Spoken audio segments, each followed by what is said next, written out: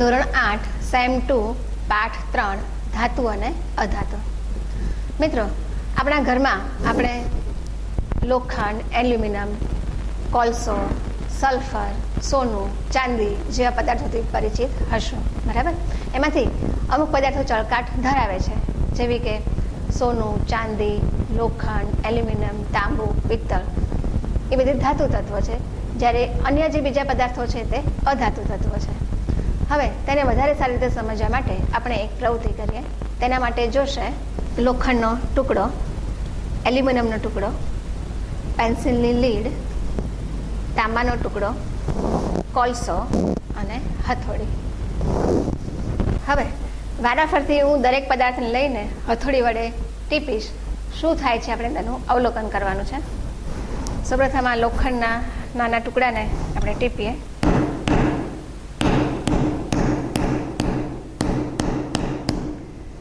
એને ટીપવાથી આપણે તેને ચપટો બનાવી શકીએ છીએ, બરાબર?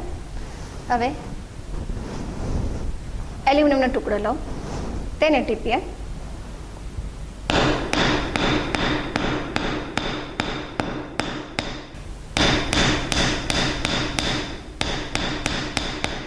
એલ્યુમિનિયમના ટુકડાને પણ ટીપવાથી તેને આપણે ચપટો બનાવી શકીએ છીએ. ત્યારબાદ લઈએ પેન્સિલની લીડ. એને હથોડી વડે ટીપવાથી શું થાય છે જોઈએ.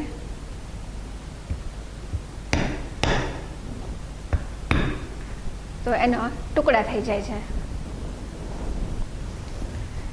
ત્યારબાદ લઈએ તાંબાનો ટુકડો.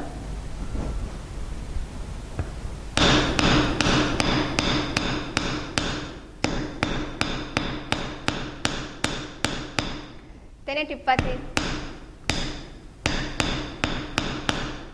આપણે તેને ચપટો કરી શકીએ છીએ. ત્યારબાદ લઈએ કોલસો. કોલસાને ટીપવાથી તેના ટુકડા થાય છે. આમ લોખંડ, એલ્યુમિનિયમ, તાંબા જેવી ધાતુ તત્વોને ટીપવાથી આપણે તેને ચપટા બનાવી શકીએ છીએ, જ્યારે પેન્સિલની લીડ, કોલસા જેવા અધાતુ તત્વોને ટીપવાથી તેના ટુકડા થઈ જાય છે. હવે આપણે ધાતુના ભૌતિક ગુણધર્મો જોઈએ. ધાતુઓ ચળકાટ ધરાવે છે. તેને ટીપીને પાતળી પટ્ટી બનાવી શકાય છે. તેને ખેંચીને પાતળા તાર બનાવી શકાય છે. તેને અથડાવવાથી રણકાર ઉત્પન્ન થાય છે. તે ઉષ્મા અને વિદ્યુતના સુવાહક હોય છે. સામાન્ય રીતે તેના ગલનબિંદુ ખૂબ ઊંચા હોય છે. ધાતુઓ ઘન સ્વરૂપમાં હોય છે. અપવાદ તરીકે પારો એ પ્રવાહી સ્વરૂપે હોય છે. ધાતુઓ ભારે હોય છે, પરંતુ તેમાં સોડિયમ, પોટેશિયમ, મેગ્નેશિયમ, એલ્યુમિનિયમ જેવી ધાતુઓ હલકી હોય છે. સોડિયમ અને પોટેશિયમ જેવી ધાતુઓને આપણે ચપ્પા વડે કાપી પણ શકીએ છીએ. અહીં મારી પાસે સોડિયમ ધાતુ છે, તેને આ રીતે આપણે ચપ્પા વડે કાપી શકીએ છીએ. હવે જોઈએ અધાતુના ભૌતિક ગુણધર્મો. તો અધાતુ તત્વો છે એની સપાટી ચળકાટ રહિત હોય છે. તેને ખેંચીને તાર બનાવી શકાતા નથી. તેને અથડાવવાથી રણકાર ઉત્પન્ન થતો નથી. તેને હથોડી વડે ટીપવાથી તેના ટુકડા થઈ જતા હોય છે. કેટલાક અધાતુ તત્વો વિવિધ સ્વરૂપના એટલે કે બહુરૂપતાનો ગુણધર્મ ધરાવતા હોય છે. દાખલા તરીકે હીરો, કોલસો, ગ્રેફાઇટ વગેરે કાર્બનના વિવિધ સ્વરૂપો છે. એવી જ રીતે કાળો ફોસ્ફરસ, પીળો ફોસ્ફરસ, લાલ ફોસ્ફરસ વગેરે ફોસ્ફરસના વિવિધ સ્વરૂપો છે. મિત્રો, આપણે જોયું તેમ ધાતુ અને અધાતુ બંનેના ગુણધર્મો જુદા જુદા છે. આ માટે તેમની ઇલેક્ટ્રોનની રચના જવાબદાર છે. ધાતુ તત્વની ઇલેક્ટ્રોન રચના જોઈએ તો તેની સૌથી બહારની કક્ષામાં 1, 2 કે 3 ઇલેક્ટ્રોન હોય છે. આથી તેઓ આ 1, 2 કે 3 ઇલેક્ટ્રોન ગુમાવીને ધન આયન બનવાની પ્રકૃતિ ધરાવે છે. તેનું ઉદાહરણ જોઈએ તો સોડિયમ. સોડિયમની ઇલેક્ટ્રોન રચના 2, 8 અને 1 છે, એટલે કે તેની બહારની કક્ષામાં 1 ઇલેક્ટ્રોન છે. આથી તે 1 ઇલેક્ટ્રોન ગુમાવીને સોડિયમનો ધન આયન બનાવે છે. એવી જ રીતે મેગ્નેશિયમ જોઈએ. મેગ્નેશિયમની ઇલેક્ટ્રોન રચના 2, 8 અને 2 છે. તેની બહારની કક્ષામાં 2 ઇલેક્ટ્રોન છે.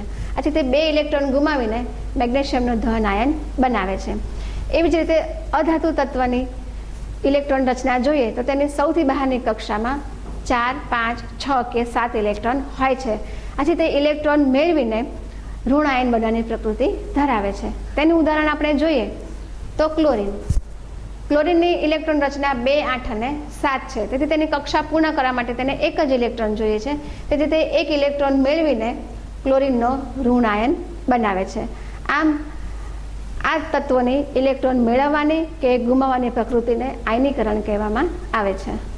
હવે ધાતુઓના રાસાયણિક ગુણધર્મો જોઈએ. તેને સમજવા માટે આપણે એક નાની એવી પ્રવૃત્તિ કરીએ. તેના માટે જોશે મેગ્નેશિયમ ધાતુની પટ્ટી, ચીપિયો, બાકસ, મીણબત્તી, લાલ અને ભૂરું લિટમસ પત્ર, બાષ્પ વાટકી અને પાણી. સૌપ્રથમ મીણબત્તીને સળગાવી લઈએ.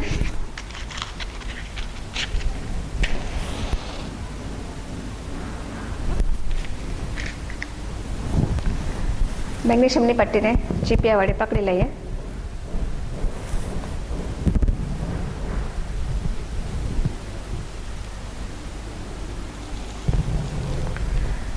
મેગ્નેશિયમની પટ્ટીને હવાની હાજરીમાં સળગાવતા આંખોને આંજી નાખે તેવી જ્યોતથી એ સળગે છે અને સફેદ કલરની રાખ બનતી આપણને જોવા મળે છે, જે છે મેગ્નેશિયમ ઓક્સાઇડ.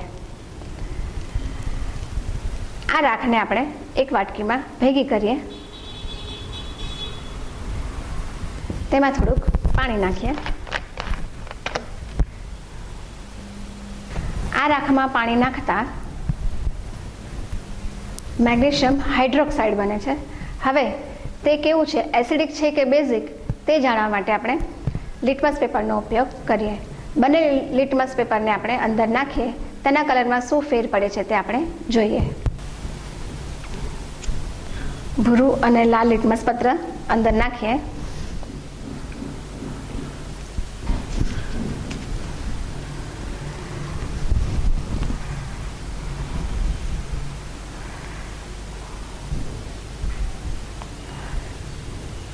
તો ભૂરા લિટમસ પત્રના કલરમાં કોઈ ફેર પડતો નથી, જ્યારે લાલ લિટમસ પત્ર આપણને ભૂરું થયેલું જોવા મળે છે. આમ ધાતુના જે હાઇડ્રોક્સાઇડ હોય છે એ હંમેશા કેવા હોય છે, બેઝિક હોય છે. હવે આપણે ધાતુની ઓક્સિજન સાથેની પ્રક્રિયા જોઈએ. ધાતુની ઓક્સિજન સાથેની પ્રક્રિયાથી ધાતુના ઓક્સાઇડ બનતા હોય છે. આપણે આગળ જોયું તે પ્રમાણે મેગ્નેશિયમની ઓક્સિજન સાથેની પ્રક્રિયાથી મેગ્નેશિયમ ઓક્સાઇડ બને છે. એવી જ રીતે સોડિયમની ઓક્સિજન સાથેની પ્રક્રિયાથી સોડિયમ ઓક્સાઇડ બને છે. એલ્યુમિનિયમની ઓક્સિજન સાથેની પ્રક્રિયાથી એલ્યુમિનિયમ ઓક્સાઇડ બને છે. તમે ઘણીવાર લોખંડ પર કાટ લાગતો જોયો હશે. તો લોખંડ હવામાંના ઓક્સિજન સાથે સંયોજાઈને કાટ બનાવતો હોય છે. એને આપણે સમીકરણ દ્વારા જોઈએ તો આયનની ઓક્સિજન સાથેની પ્રક્રિયાથી આયન ઓક્સાઇડ બને છે. હવે ધાતુની ક્લોરીન સાથેની પ્રક્રિયા જોઈએ. ધાતુની ક્લોરીન સાથેની પ્રક્રિયાથી ધાતુના ક્લોરાઇડ બનતા હોય છે. તેને ઉદાહરણ દ્વારા જોઈએ તો સોડિયમની ક્લોરીન સાથેની પ્રક્રિયાથી સોડિયમ ક્લોરાઇડ બને છે, જેને આપણે મીઠા તરીકે ઓળખીએ છીએ. ત્યારબાદ મેગ્નેશિયમની ક્લોરીન સાથેની પ્રક્રિયાથી મેગ્નેશિયમ ક્લોરાઇડ બને છે. એવી જ રીતે કેલ્શિયમની ક્લોરાઇડ સાથેની પ્રક્રિયાથી કેલ્શિયમ ક્લોરાઇડ બને છે અને એલ્યુમિનિયમની ક્લોરીન સાથેની પ્રક્રિયાથી એલ્યુમિનિયમ ક્લોરાઇડ બનતા હોય છે. હવે જોઈએ ધાતુની હાઇડ્રોજન સાથેની પ્રક્રિયા. ધાતુની હાઇડ્રોજન સાથેની પ્રક્રિયાથી ધાતુના હાઇડ્રાઇડ બને છે. તેને સમીકરણ અને ઉદાહરણ દ્વારા જોઈએ તો સોડિયમની હાઇડ્રોજન સાથેની પ્રક્રિયાથી સોડિયમ હાઇડ્રાઇડ બને છે. ત્યારબાદ જોઈએ ધાતુની એસિડ સાથેની પ્રક્રિયા. કે ધાતુની એસિડ સાથેની પ્રક્રિયાથી એસિડમાં રહેલો હાઇડ્રોજન વાયુ મુક્ત થતો હોય છે. તેને ઉદાહરણને સમીકરણ દ્વારા સમજીએ તો મેગ્નેશિયમની હાઇડ્રોક્લોરિક એસિડ સાથેની પ્રક્રિયાથી મેગ્નેશિયમ ક્લોરાઇડ બને છે અને હાઇડ્રોજન વાયુ મુક્ત થાય છે. એવી જ રીતે ઝિંકની હાઇડ્રોક્લોરિક એસિડ સાથેની પ્રક્રિયાથી ઝિંક ક્લોરાઇડ બને છે અને હાઇડ્રોજન વાયુ મુક્ત થાય છે. હવે જોઈએ અધાતુઓના રાસાયણિક ગુણધર્મો. તેમાં આપણે અધાતુની પહેલાં ઓક્સિજન સાથેની પ્રક્રિયા જોઈએ. તેના માટે જોશે ટેસ્ટ ટ્યુબ હોલ્ડર, સલ્ફર, લાલ અને ભૂરું લિટમસ પત્ર, બાકસ અને મીણબત્તી. સૌપ્રથમ ટેસ્ટ ટ્યુબમાં સલ્ફરનો પાવડર લઈએ, ત્યારબાદ મીણબત્તી સળગાવીએ. ટેસ્ટ ટ્યુબના મોઢા પાસે લાલ અને ભૂરા બંને લિટમસ પત્રને આપણે આ રીતે મૂકી દઈએ. હવે તેને મીણબત્તીની મદદથી ગરમ કરીએ. થોડી વાર પછી આપણે લિટમસ પત્રનું અવલોકન કરીશું કે તેના કલરમાં કોઈ ફેર પડ્યો છે કે નહીં.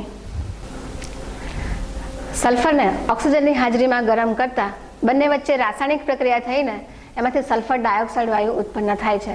અહીંયા હવે આપણે બંને લિટમસ પત્રનું અવલોકન કરીએ તો લાલ લિટમસ પત્રના કલરમાં કોઈ ફેર પડતો નથી, જ્યારે જે ભૂરું લિટમસ પત્ર હતું તે અત્યારે આપણે લાલ થયેલું જોવા મળે છે.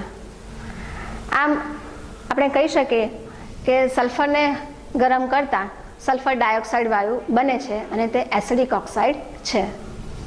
અધાતુની ઓક્સિજન સાથેની પ્રક્રિયામાં આગળ જોઈએ તો એમાં કાર્બનની ઓક્સિજન સાથેની પ્રક્રિયાથી કાર્બન ડાયોક્સાઇડ વાયુ બને છે.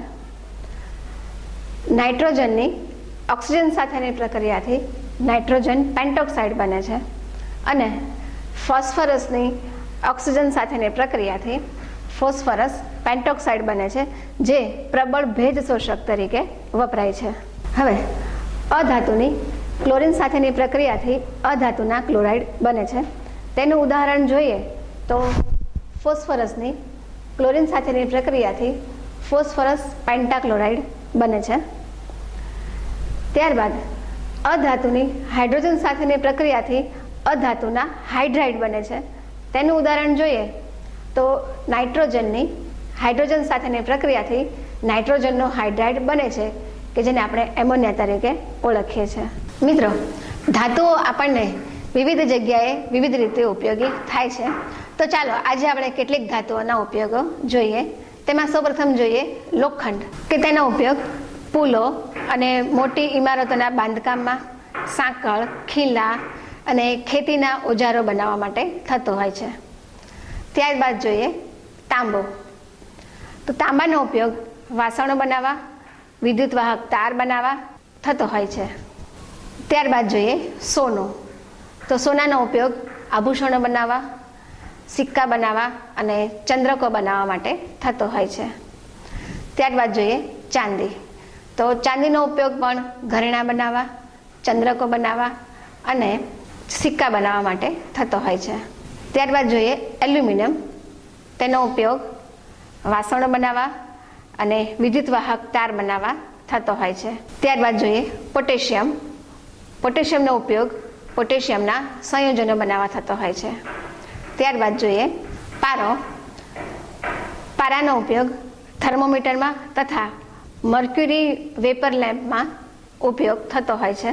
ટાઇટેનિયમ અને બીજી કેટલીક અન્ય ધાતુઓનો ઉપયોગ લશ્કરી સરંજામ બનાવવા માટે, દરિયાઈ યંત્રો, રાસાયણિક ભઠ્ઠીઓ અને તિજોરી બનાવવામાં થતો હોય છે.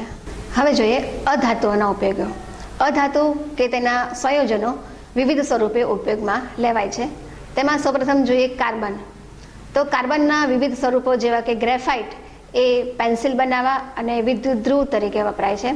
તો કોલસો બળતણ તરીકે વપરાય છે અને હીરો એ ઘરેણાં તરીકે તેમજ કાચ કાપવા માટે વપરાતો હોય છે. હવે જોઈએ ફોસ્ફરસ.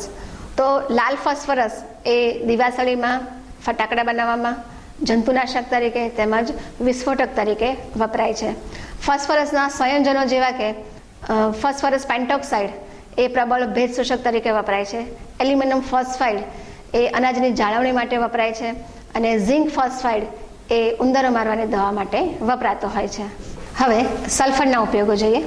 તો સલ્ફરનો ઉપયોગ સલ્ફ્યુરિક એસિડની બનાવટમાં, ફટાકડા બનાવવા માટે ગન પાવડરમાં, વિસ્ફોટકોની બનાવટમાં, ખાતરો તેમજ જંતુનાશકોની બનાવટમાં, ચામડીના રોગો માટેની ક્રીમ તથા ચેપનાશકોની બનાવટમાં તેમજ રબરના વલ્કેનાઇઝેશન માટે પણ તેનો ઉપયોગ થતો હોય છે.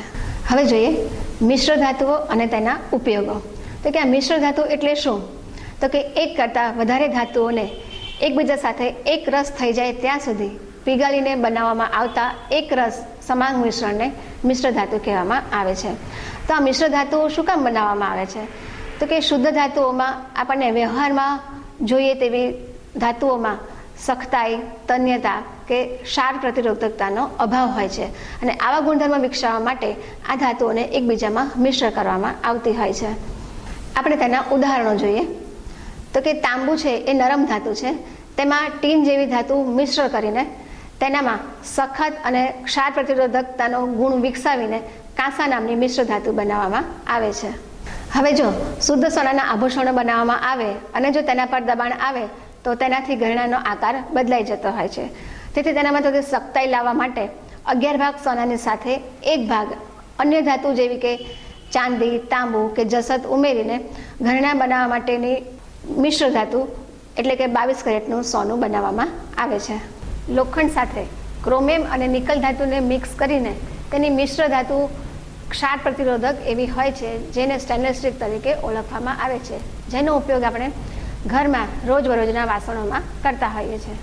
નિકલ અને ટાઇટેનિયમ ધાતુને મિશ્ર કરીને નિટિનોલ નામની મિશ્ર ધાતુ બનાવવામાં આવે છે, જે આકાર યાદ રાખવાનો અદ્ભુત ગુણધર્મ ધરાવતી હોય છે અને તેના ઘણા બધા ઉપયોગો છે. મિત્રો, સંયોજનોના રાસાયણિક સૂત્રો એ તેમાં રહેલા તત્વો અને તેની સંખ્યા દર્શાવતું હોય છે. એ કેવી રીતે તો આપણે સમજીએ. તો અહીંયા પાણીનું રાસાયણિક સૂત્ર થશે H2O. તો તેમાં કેટલા તત્વો રહેલા છે? તેમાં 2 તત્વો રહેલા છે, એક હાઇડ્રોજન અને બીજું ઓક્સિજન. તેમની સંખ્યા કેટલી છે? તો કે હાઇડ્રોજન પરમાણુ કેટલા છે? 2 છે અને ઓક્સિજન પરમાણુ 1 જ છે. બરાબર. એવી જ રીતે બીજું ઉદાહરણ જોઈએ તો કે કાર્બન ડાયોક્સાઇડનું રાસાયણિક સૂત્ર CO2 છે. એમાં કયા 2 તત્વો રહેલા છે? તો કે કાર્બન અને ઓક્સિજન. એમની સંખ્યા કેટલી છે? તો કે 1 કાર્બનનો પરમાણુ રહેલો છે અને 2 ઓક્સિજનના પરમાણુઓ રહેલા છે. એવું ત્રીજું ઉદાહરણ જોઈએ કે સોડિયમ ક્લોરાઇડનું રાસાયણિક સૂત્ર શું થશે? NaCl. તો એમાં કયા 2 તત્વો રહેલા છે? તો કે સોડિયમ અને ક્લોરીન. એની સંખ્યા શું છે? કે સોડિયમનો 1 પરમાણુ છે અને ક્લોરીનનો 1 પરમાણુ છે. હવે આપણે ઓક્સિડેશન અને રિડક્શન પ્રક્રિયા વિશે જોઈએ. તેમાં સૌપ્રથમ જોઈએ ઓક્સિડેશન. તો કે ઓક્સિડેશન એટલે શું? તો કે જે પ્રક્રિયા દરમિયાન ઓક્સિજનનો ઉમેરો થાય અથવા તો હાઇડ્રોજન દૂર થાય તે પ્રક્રિયાને ઓક્સિડેશન પ્રક્રિયા કહેવામાં આવે છે. તેને ઉદાહરણ દ્વારા સમજીએ તો અહીંયા હાઇડ્રોજનની ઓક્સિજન સાથેની પ્રક્રિયાથી પાણી બને છે, એટલે કે અહીંયા ઓક્સિજનનો ઉમેરો થાય છે, માટે ઓક્સિડેશન પ્રક્રિયા છે. એવી જ રીતે બીજું ઉદાહરણ જોઈએ તો અહીંયા સોડિયમની પાણી સાથેની પ્રક્રિયાથી કોસ્ટિક સોડા બને છે અને હાઇડ્રોજન દૂર થાય છે. આમ આ પણ એક ઓક્સિડેશન પ્રક્રિયા થઈ કહેવાય. હવે જોઈએ રિડક્શન પ્રક્રિયા. તો કે જે પ્રક્રિયા દરમિયાન ઓક્સિજન દૂર થાય અને હાઇડ્રોજનનો ઉમેરો થાય તે પ્રક્રિયાને રિડક્શન પ્રક્રિયા કહે છે. તેનું ઉદાહરણ જોઈએ તો અહીંયા હાઇડ્રોજનની કોપર ઓક્સાઇડ સાથેની પ્રક્રિયાથી કોપર ઓક્સાઇડમાંથી કોપર છૂટું પડે છે અને ઓક્સિજન દૂર થાય છે, માટે આ એક રિડક્શન પ્રક્રિયા થઈ કહેવાય. બીજી પ્રક્રિયા જોઈએ તો અહીંયા હાઇડ્રોજનની ઓક્સિજન સાથેની પ્રક્રિયાથી પાણી બને છે. અહીંયા ઓક્સિજનમાં હાઇડ્રોજનનો ઉમેરો થાય છે, તેથી આ પણ એક રિડક્શન પ્રક્રિયા છે. હવે જોઈએ રેડક્સ પ્રક્રિયા. તો કે રેડક્સ પ્રક્રિયા એટલે શું? તો એક જ રાસાયણિક પ્રક્રિયામાં ઓક્સિડેશન અને રિડક્શન એમ બંને પ્રક્રિયા એક સાથે થતી હોય તો તેવી પ્રક્રિયાને રેડક્સ પ્રક્રિયા કહેવામાં આવે છે. તેનું ઉદાહરણ જોઈએ તો હાઇડ્રોજનની ઓક્સિજન સાથેની પ્રક્રિયાથી પાણી બને છે. અહીંયા હાઇડ્રોજનની સાથે કોણ ઉમેરાય છે? પાણી ઉમેરાય છે, તેથી આ એક ઓક્સિડેશન પ્રક્રિયા થાય છે. બીજી રીતે જોઈએ તો કે ઓક્સિજનમાં હાઇડ્રોજનનો ઉમેરો થાય છે, તેથી એક રિડક્શન પ્રક્રિયા પણ થઈ કહેવાય. આમ આખી આ પ્રક્રિયા છે એને આપણે રેડક્સ પ્રક્રિયા કહી શકીએ. એવી જ રીતે બીજું ઉદાહરણ જોઈએ તો કે હાઇડ્રોજનની કોપર ઓક્સાઇડ સાથેની પ્રક્રિયાથી કોપર અને પાણી બને છે. અહીંયા હાઇડ્રોજનમાં ઓક્સિજનનો ઉમેરો થઈને પાણી બને છે, એટલે કે એ ઓક્સિડેશન પ્રક્રિયા થઈ. જ્યારે અહીંયા કોપર ઓક્સાઇડમાંથી ઓક્સિજન દૂર થાય છે અને કોપર બને છે, એટલે અહીંયા રિડક્શન પ્રક્રિયા થઈ કહેવાય. આમ આખી આ જે પ્રક્રિયા છે એને આપણે રેડક્સ પ્રક્રિયા કહી શકીએ.